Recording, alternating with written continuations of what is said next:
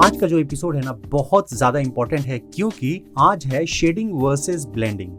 आज हम लोग ड्रॉ करने वाले हैं वाटर ड्रॉपलेट। यहाँ से आपका लाइट डायरेक्शन है। सबसे पहले हम लोग स्टार्ट करेंगे ब्लेंडिंग। सबसे पहले मैंने एक स्पेसिफिक जगह पे 6B पेंसिल से पेपर पे रन किया है और ये हमारा बफर स्पेस है। हम लोग यूज करने वाले हैं कॉटन, क्योंकि कॉटन हर घर में अवेलेबल होता है। कॉटन को कुछ इस तरीके से फोल्ड करके इसको ग्रेफाइट को पिक करेंगे जो 6B पेंसिल से हम लोगों ने यहाँ पे प्लेस किया है। अब जितने भी सर्कल जो आप देख रहे हो ना वाटर ड्रॉपलेट का, तो उसके चारों तरफ और सेंटर में भी करेंगे, लेकिन टॉप लेफ्ट साइड में हम उसको ग्रेफाइट पेंसिल से रन नहीं करेंगे। यहाँ पे जो भी मैं प्रोसीजर कर रहा हूँ उसी प्रोसीजर को आपको फॉलो करना है। राइट टू लेफ्ट आपको लेके जाना है। डार्कनेस जो होगी राइट साइड में ज्यादा होगी, जैसे जैसे वो ऊपर की तरफ जाएगी उसको हम लोग कम रखेंगे। तो ये प्रोसीजर आपको फॉलो करना है, जिससे आपको लग रहा है ना कि नीचे से डार्क और ऊपर जैसे जैसे लेफ्ट की तरफ जा रहा है वो ब्राइट है, तो ब्राइट ही रखना है।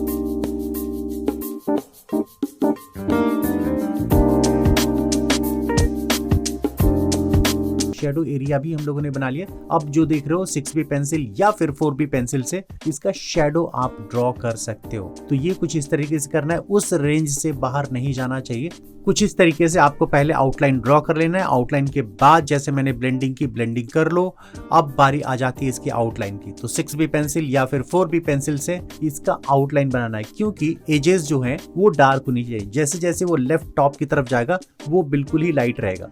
तो यहाँ पे स्पेसिफिक जगह है, उस स्पेसिफिक जगह पे आपको बिल्कुल ही सॉफ्ट हैंड से शेड कर लेना है। अब इसको वापस से हम लोग ब्लेंड करेंगे। ब्लेंड करने के लिए वापस से दूसरा कॉटन लेने की जरूरत नहीं है। उसी कॉटन जो कि हम लोगों ने ब्लेंड किया था उसी को हम लोग रोल ओवर कर देंगे पूरे स्पेस पे, और जैसे जैसे लाइट की तरफ जा रहे हैं उसको बिल्कुल ही हल्का रखेंगे। और कोई भी एक नॉर्मल इरेजर को आप कट करके उसके एजेस से इसको आप हाईलाइट दे सकते हो, और जो एजेस बनेंगे एजेस को आपको फिर से 4B या 6B पेंसिल से उसको बिल्कुल ही क्रिस्प और क्लियर बनाना है। तो इससे आपकी जो ड्राइंग होगी बिल्कुल ही क्लीन होगी।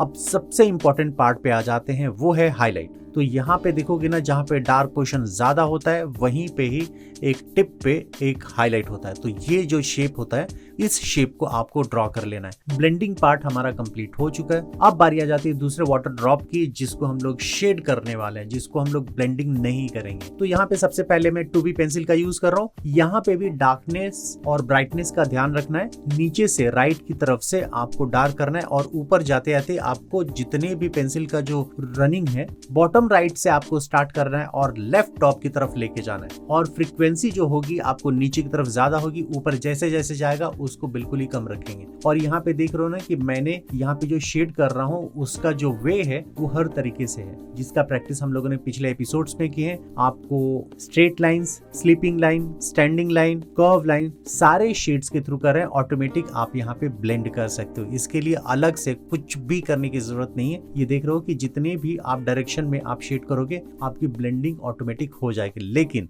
सबका प्रेशर सेम होना चाहिए। और उसके बाद हम लोग यूज करेंगे 4B पेंसिल। किनारे की तरफ से आपको शेड करना है। आप चाहे तो 2B पेंसिल से भी उसको कंप्लीट कर सकते हैं। हाँ, अगर आपको डार्कनेस ज्यादा चाहिए तो फिर हम लोग यहाँ पे 4B पेंसिल का यूज कर सकते हैं। और यहाँ पे जैसे जैसे ऊपर की तरफ जाएंगे उसको बिल्कुल ही लाइट रखेंगे, और यही फॉलो करना है आपको। तो यहाँ पे देखोगे कि हमारा जो शेड है वो कंप्लीट हो चुका है, ग्रेजुअली डार्क टू लाइट की तरफ जा रहा है। इसके बाद हम लोग शेडो भी बनाएंगे। शेडो भी सेम प्रोसीजर होगा जैसा हम लोगों ने ब्लेंडिंग में किया था। यहाँ पे आप 4B या 6B पेंसिल का यूज कर सकते हो। जो आप देख रहे हो यहाँ पे शेड, वो हम लोगों ने यहाँ पे शेडो का भी कंप्लीट कर लिया। इसके बाद जो भी एक्स्ट्रा बाहर शेड गया है उसको आप इरेज कर लेना।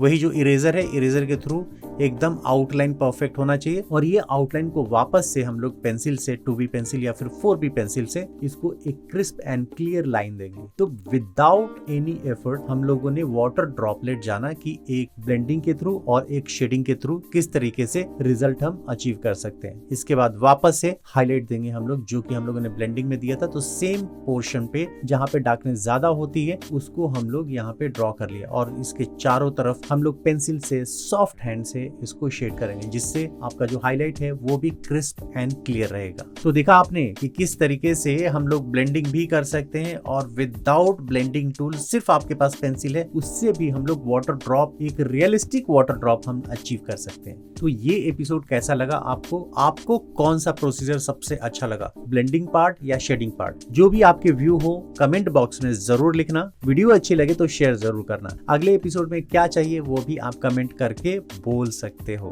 ये एक फास्ट वर्जन वीडियो है, अगर आपको इसको स्लो वर्जन चाहिए तो इसके बाद एक वीडियो आएगा, उसको फॉलो जरूर कीजिएगा। तो YouTube पे जाके आपको टाइप करना है स्केचबुक बाय अभिषेक, मेरा चैनल ओपन हो जाएगा, कई सारे वीडियो दिख जाएंगे। तो उस वीडियो में से कोई भी एक वीडियो आपको सेलेक्ट कर लेना है। ओपन करने के बाद उसमें आपको दिखेगा एक टाइटल बार, जहाँ पे उसका टाइटल होता है, जैसे यहाँ पे डे 1 वगैरह लिखा हुआ है, ड्राइंग फॉर बिगनर्स लिखा हुआ है, उसके जस्ट नीचे आपको एक ज्वाइन बटन दिख जाएगा। ज्वाइन बटन पे क्लिक करना है और यहाँ पे कई सारे ऑप्शन आ जाएंगे, जो कि अब तो 29 रुपीज़ से भी आ चुका है। तो यहाँ पे आपको क्लिक कर देना है ज्वाइन बटन, और उसमें आपको पेमेंट कर देने के बाद आप एक्सेस कर सकते हो वीडियोज़ को।